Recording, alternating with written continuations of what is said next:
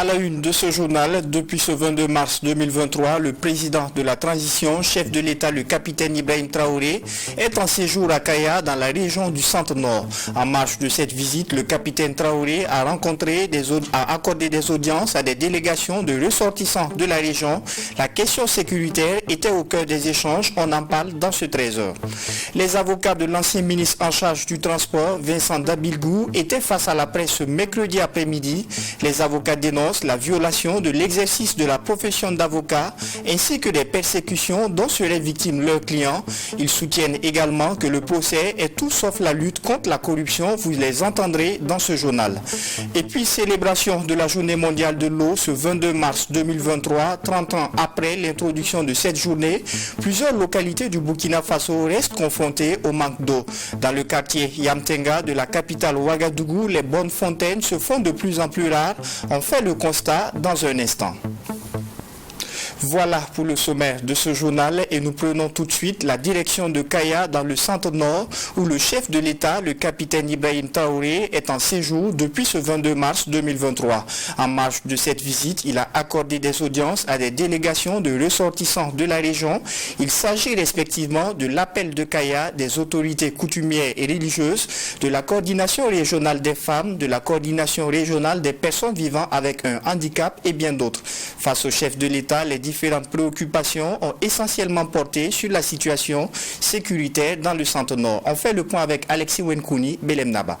Le chef de l'État à Kaya pour 48 heures a accordé une série d'audiences aux forces vives de la région du Centre-Nord.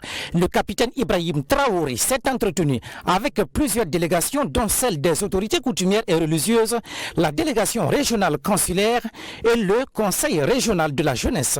Au cœur des échanges, la préoccupation sécuritaire dans cette région est l'une des plus impactées au Burkina Faso par cette crise sécuritaire et humanitaire. C'était pour nous l'occasion de lui prodiguer nos encouragements et lui donner aussi l'assurance de nos prières, car nous sommes les représentants religieux et coutumiers et nous avons aussi notre pierre à apporter, et surtout par le soutien spirituel et le soutien moral aussi. Le chef de l'État nous a rassuré qu'avec le temps, nous allons vaincre. Donc ça nous rassure et ça va nous permettre aussi de rassurer à tous les opérateurs économiques de la région de tout ce qui doit se passer. Est-ce que nous, en tant que jeunes, nous devons contribuer pour faire face à l'insécurité que nous vivons et nous faire aussi le point de la dynamique que la transition a pris pour venir à bout de l'insécurité dans notre pays. À la suite de cette délégation, c'est au tour de celle de la délégation des personnes vivant avec un handicap. Le chef de la transition a aussi reçu une délégation du Dima de Bousma et l'organisation de la société civile, l'appel de Kaya. Demander à Dieu et aux mains des ancêtres de lui porter dans leur cœur pour permettre justement à ce qu'il réussisse la mission à lui confier par toute la nation. On est engagé pour accompagner la transition pour que la victoire gagne jusqu'à la victoire de reconquête de notre territoire. Et surtout, on avait parlé des personnes handicapées. Les personnes handicapées qui sont déplacées sans vélo ni habits. La coordinatrice régionale des femmes, elle aussi, a été reçue. Elle a relevé les difficultés d'accès à l'eau et à l'éducation dans ce contexte particulier. Bibata Kargougou, représentante de la coordination régionale des femmes, dit être consciente des efforts consentis par la transition et souhaite que les défis qui restent puissent être relevés pour le bonheur des femmes. La communauté musulmane du Burkina Faso a entamé ce jeudi le jeûne marquant le début du mois de Ramadan. L'annonce a été faite ce mercredi dans la soirée par la Fédération des associations islamiques du Burkina FAIB à l'issue des travaux d'observation de la Commission technique nationale lune et des événements islamiques. Il ressort que le croissant lunaire a été aperçu dans plusieurs localités du pays comme Manga, Tenkodgo, Garango, Fadan Gourma et Nouna. Alexis Wenkouni Belem Naba. La Commission technique nationale d'une et des événements islamiques de la Fédération des associations islamiques du Burkina Faso l'a annoncé. La lune a été aperçue dans plusieurs localités du pays. C'est après plusieurs observations avec des télescopes de type réfractaire et de réflecteurs que la lune a été aperçue. Le jeûne du mois de Ramadan débute donc ce 23 mars. L'annonce a été faite dans cette soirée. Un mois de pénitence, de repentance, de solidarité et d'adoration pour les fidèles musulmans. Le croissant lunaire marquant le début de Ramadan a été aperçu ce jour 22 mars 2023 dans plusieurs localités, dans Farangourma, Tenkodogo, Kombisiri, Manga et autres. Par conséquent, le jeûne de Ramadan commence au Burkina Faso le jeudi 23 mars 2023.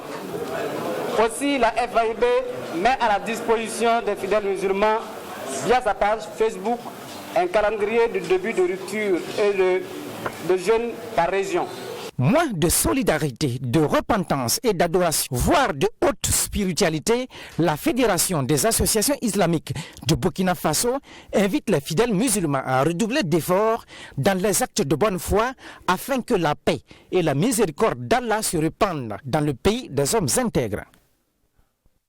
Affaire Vincent Dabilgou, les avocats de l'ancien ministre en charge du transport dénoncent la procédure du parquet visant à tracer les communications électroniques entre le prévenu et ses avocats. À travers une sortie médiatique, ils ont livré les raisons ayant conduit à leur déportation du dossier de leurs clients. Le collège composé de 5 avocats dénonce par-dessus tout la violation de l'exercice de la profession d'avocat ainsi que des persécutions dont seraient victimes leurs clients. Maxime Jean-Eudes Bambara. Après s'être déportés du dossier de leur client, le juge ayant décidé de joindre l'exception au fond, les avocats de l'ancien ministre des Transports, de la Mobilité urbaine et de la Sécurité routière s'expliquent. Pour le collège des 5 avocats, 3 raisons principales expliquent leur décision. La première est relative à la violation de l'exercice de la profession d'avocat, selon Maître Ambroise Farama. À l'ouverture de ce procès, qu'est-ce que nous constatons?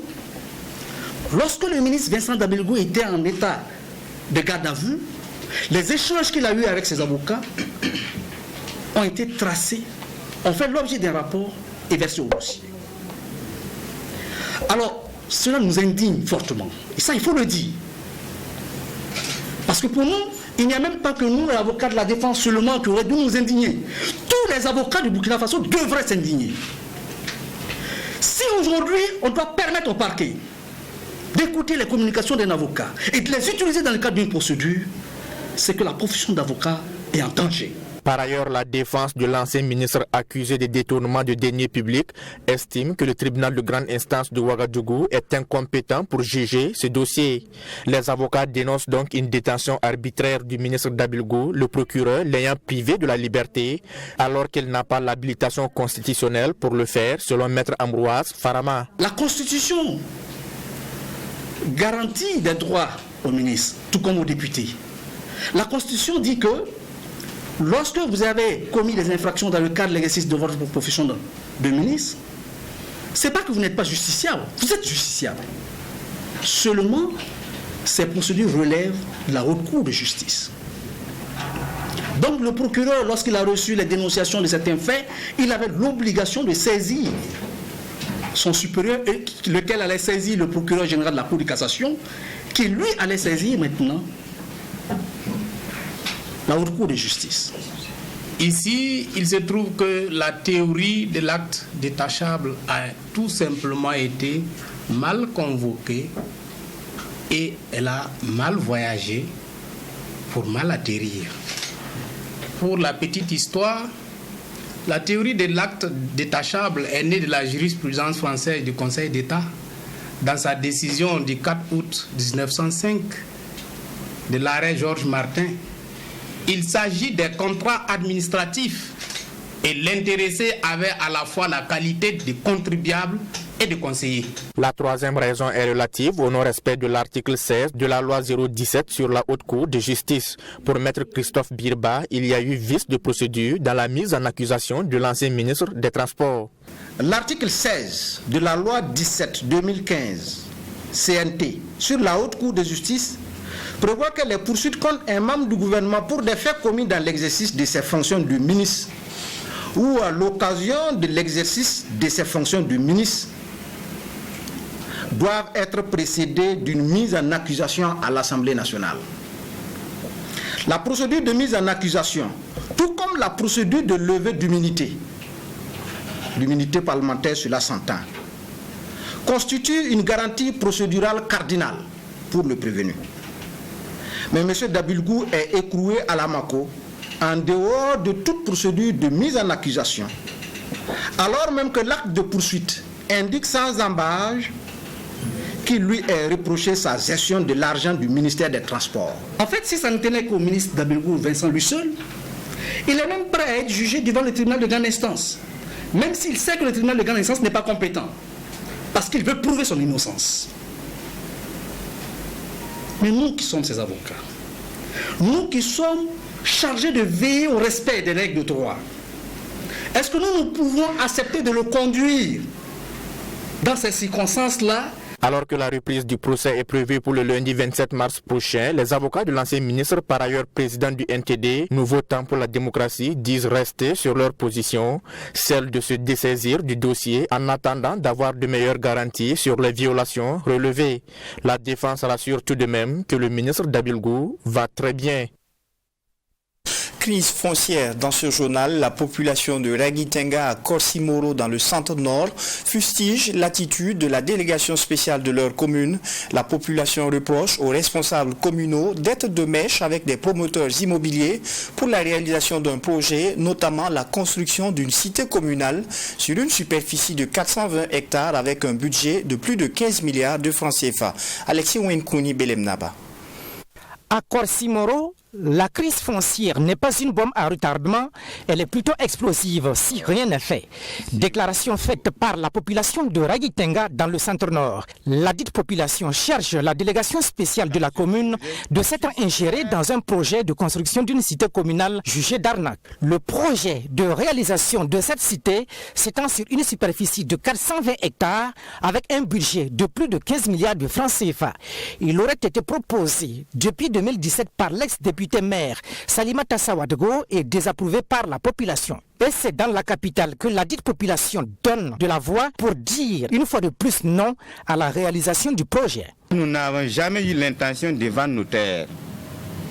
Malgré le refus de Tengsaba et de toute la population, l'ex-maire, en complicité avec le technicien des promoteurs immobiliers Kazif, a réussi à mobiliser la quasi-totalité de tous les valets locaux dans ce projet suicidaire avec des promesses inexplicables, juste pour atteindre ses objectifs. Moumini Sawargo indique par ailleurs que le projet ne dispose même pas de fonds propres pour son exécution. Il qualifie le projet de l'arnaque foncière. Pour preuve, lors de la rencontre d'information du jeudi 16 mars 2023, M. Lankwande, AG de la mairie de Korsimoro, le technicien Seni Compaoré ont expliqué que ce sont les parcelles aménagées qui seront vendues pour indemniser la population. Nous appelons ça de l'arnaque foncière. Moumini Sawadego va plus loin. Il estime que ce projet va plonger Raguitenga dans une crise sans précédent avec les villages environnants.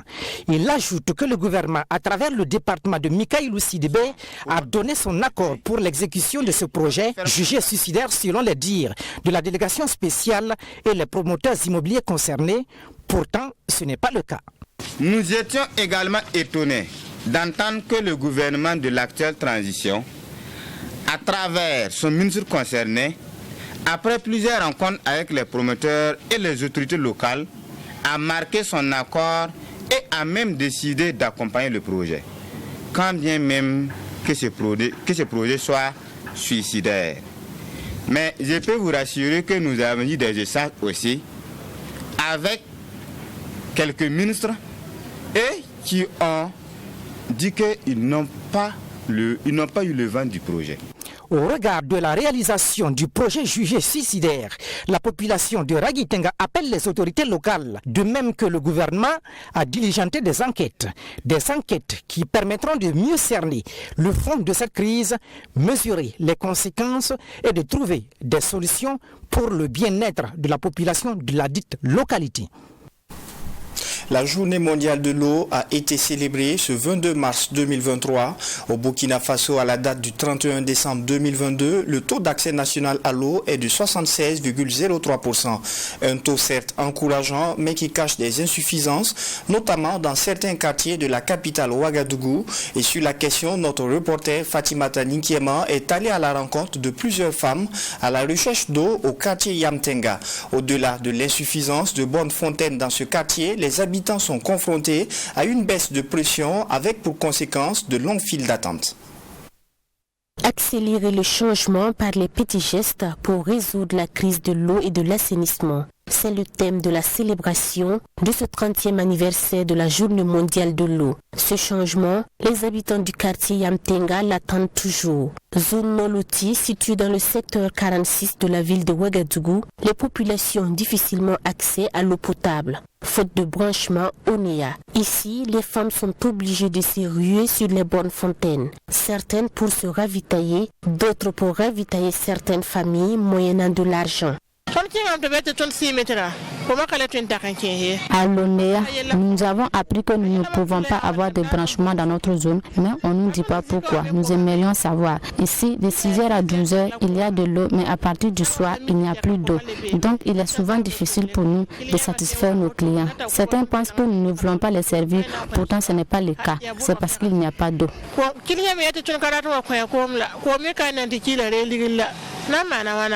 Il y a des périodes dans la journée où nous n'avons vraiment pas d'eau. Quand on va aussi demander des branchements à l'ONEA, c'est compliqué. Souvent, le processus peut prendre plus d'une année. Pourtant, il y a des gens qui y vont et qui obtiennent gain de cause le plus rapidement possible. Nous ne savons pas s'ils trient les gens ou pas.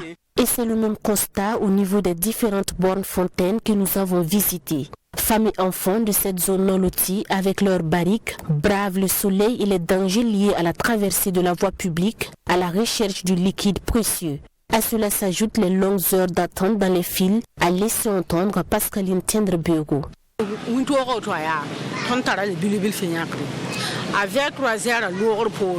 C'est vrai que du matin jusqu'à la mi-journée, il y a de l'eau, mais après 15 heures, la pression de l'eau baisse. La gérante reste souvent ici jusqu'à 18h, 19h ou 20h. Tout ça parce qu'il n'y a pas assez d'eau. Sinon, venir chercher de l'eau de 6h à 18h, ce n'est pas facile. S'il y avait de l'eau, nous allions pouvoir puiser et vendre tranquillement et rentrer chez nous avec ce qu'on aura gagné.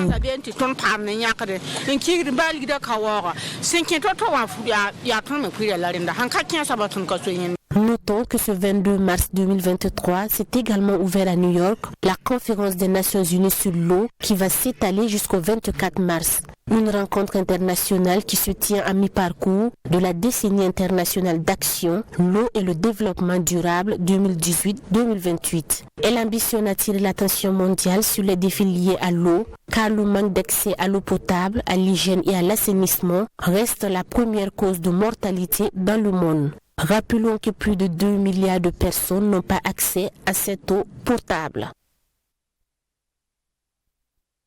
Débuté le 20 février dernier, l'opération de contrôle de présence du service fait et des éléments de rémunération des agents publics de l'État se poursuit. Depuis le 20 mars, c'est au tour des agents du ministère de l'Éducation nationale de se faire enregistrer. L'opération dans ce ministère, qui compte le plus grand nombre de fonctionnaires, n'est pas sans difficulté. Le problème de connexion ne favorise pas le déroulement de l'opération et les agents sont obligés d'abandonner le service pour faire la queue dans l'espoir de se faire enregistrer. Constat sur place avec Abdourahim Yeye. Assis à même le sol, ici dans les locaux de la direction des ressources humaines du ministère en charge de l'éducation, ces agents attendent de se faire enregistrer dans le cadre de l'opération de contrôle de présence du service fait et des éléments de rémunération des agents publics de l'État. Les couloirs du service grouillent de monde, difficile de mettre l'ordre dans les files d'attente. Il est 12 heures, mobilisés depuis le matin, ces fonctionnaires n'attendent qu'une seule chose, le rétablissement de la connexion indispensable au processus d'enrôlement. Mais l'attente devient de plus en plus insupportable pour Manassé Kinda, qui ne va pourtant pas abandonner. Depuis avant-hier, je ne fais que tourner dans les centres d'enrôlement, voilà, pour me faire enrôler. Mais jusqu'à présent, je n'ai pas encore eu gain de cause. Voilà. J'étais là aujourd'hui, 22 mars, j'étais là depuis 4h40 et il est 11h50. Je suis 20e sur la liste. On n'a même pas encore fini avec les 3 premiers. On est là, on va attendre jusqu'à la fermeture. Pour cette opération, les agents sont obligés de déserter les services, chose qui met mal à l'aise l'instituteur Bian Topan, qui dénonce également les conditions d'attente. Vraiment, ça fait 2 jours comme ça. Moi, je viens très tôt à la DRH pour avoir au moins pouvoir s'enrôler et repartir au service. On n'arrive pas à le faire. On arrive et il y a beaucoup de monde. Ceux qui sont sur en tête de liste même n'arrivent pas à passer. Voilà. Il y a des bousculades. Depuis le matin, nous sommes notés dans des bousculades seulement. Il n'y a même pas un banc pour s'asseoir même, attendre ton rang. Les gens sont assis à terre.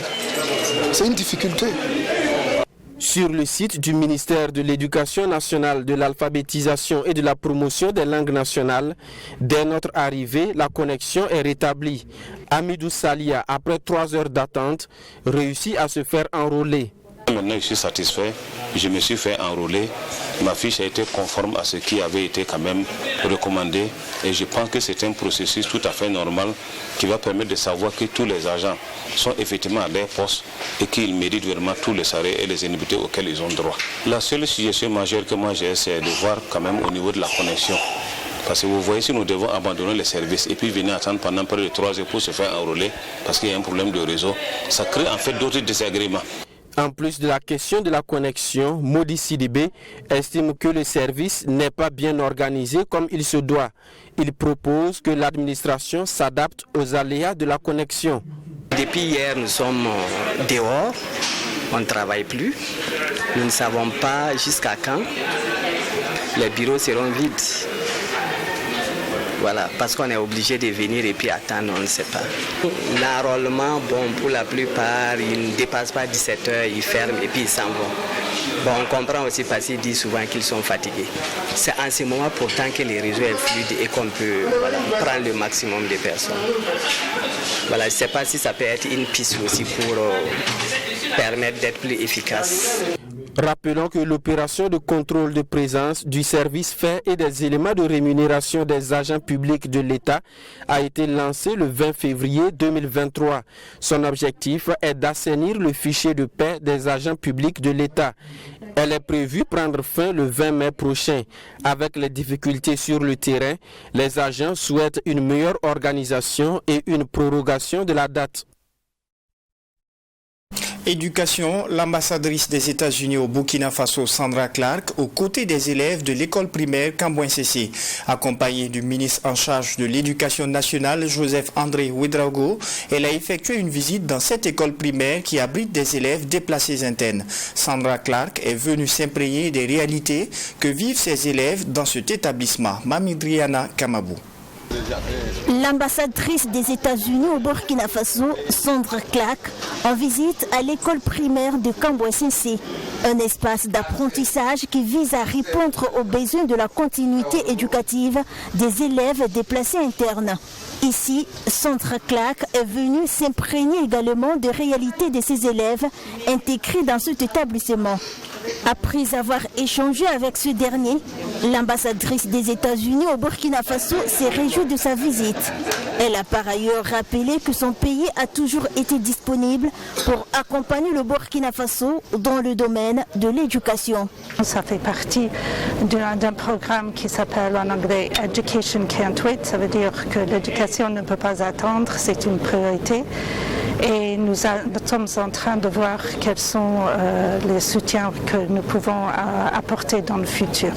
Donc pour moi, je suis très contente d'être venue et de voir et les élèves, les instituteurs et les institutrices.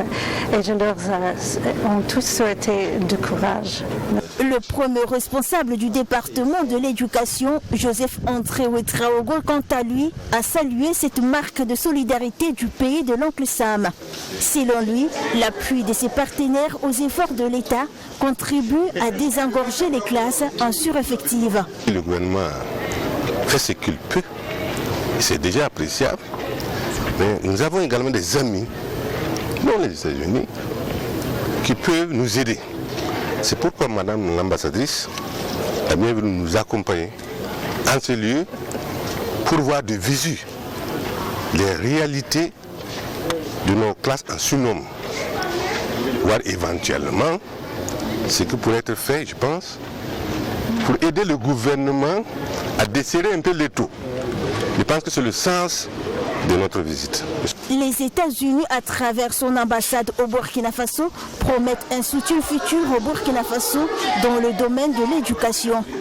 Un domaine qui connaît des difficultés en raison de la crise sécuritaire. Cette insécurité a d'ailleurs occasionné la fermeture de plus de 6 000 établissements, selon le rapport de données de l'éducation en situation d'urgence du 31 décembre 2022. On termine ce journal avec l'association Tafé Vision en collaboration avec la coopération suisse qui a fait un don d'une valeur de 5 millions de francs CFA au centre de prise en charge des victimes de violences basées sur le genre. L'objectif de ce don est de soutenir le centre dans la prise en charge des victimes de violences basées sur le genre et le centre accueille actuellement 25 pensionnaires et la responsable a salué cette initiative et invité les bonnes volontés à soutenir le centre dans la prise en charge de ces personnes vulnérables. Abdourahim Yeye. Le don de l'association Tafé Vision au centre de prise en charge des victimes de violences basées sur le genre s'inscrit dans le cadre de ses activités débutées à l'occasion de la 28e édition du FESPACO, des activités qui visent à promouvoir le respect des droits de la femme et lutter contre les violences basées sur le genre. Le don de ce matin, estimé à 5 millions de francs CFA, est constitué de vivres, de non-vivres et une allocation pour les prises en charge, explique Azaratou Bansé, présidente de l'association Tafé Vision. Malgré toutes les actions qu'on essaie de mener pour lutter contre les violences basées sur le genre, il y a malheureusement des femmes qui sont encore victimes de violences. Donc on s'est dit, en faisant ce don, ça va permettre à ces femmes-là qui sont des survivantes d'avoir une autre vie, d'avoir des possibilités de formation, d'avoir des possibilités de vivre plus dignement. Et c'est aussi notre contribution à la lutte contre les violences basées sur le genre. Le centre de prise en charge des victimes de violences basées sur le genre accueille à ce jour 25 pensionnaires. La responsable du centre, Gladys Kabouré, a traduit ses remerciements aux donateurs. Nous sommes très contents d'avoir reçu ce don de la part de Tafé Vision à travers la coopération suisse parce que ce don va venir vraiment donner encore plus de sourire et d'espoir pour nos survivants de VBG. Nous disons vraiment merci du fond du cœur. Marie-Madeleine Tougouri, directrice générale de la promotion de la femme et du genre, invite pour sa part les bonnes volontés à faire aussi un geste pour soutenir ces victimes. Les priorités sont énormes, les ressources sont insuffisantes et nous avons de plus en plus de survivants de violences basées sur le genre. Donc s'il y a plus de partenaires, il y a d'autres partenaires qui décident de s'engager auprès du ministère et du gouvernement pour soulager ces personnes dans la souffrance. Je pense que nous serons vraiment... nous allons les accueillir et nous sollicitons réellement leur accompagnement et encourageons ces genres d'initiatives. Notons que ce don est l'initiative de l'association Tafé Vision avec l'accompagnement technique et financier de la coopération suisse. La représentante de la coopération suisse a réaffirmé son engagement à soutenir les initiatives de protection des victimes de violences basées sur le genre au Burkina Faso. C'est tout pour cette session d'information. Merci de l'avoir suivi. Excellent après-midi en compagnie des programmes de la télé interactive. Au revoir.